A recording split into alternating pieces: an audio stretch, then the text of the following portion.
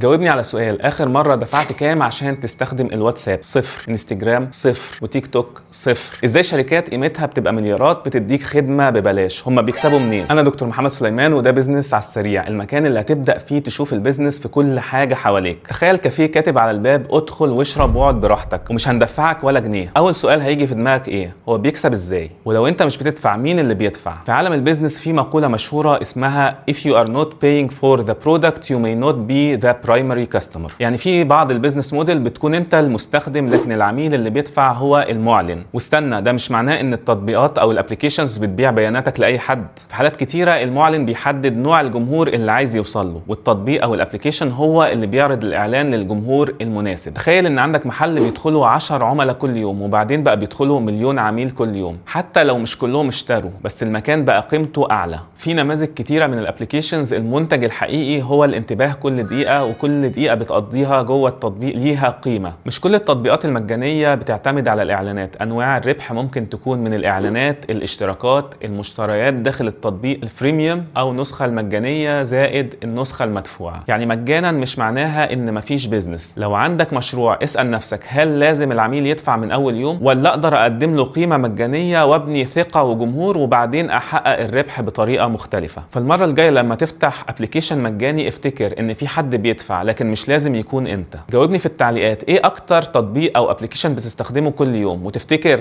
بيحقق ارباحه ازاي. في الحلقة الجاية هنعرف ليه كل مرة تدخل مول تحس انك مشيت اكتر من اللي كنت ناوي عليه. هل ده مجرد تصميم ولا في بيزنس ورا كل خطوة بتمشيها؟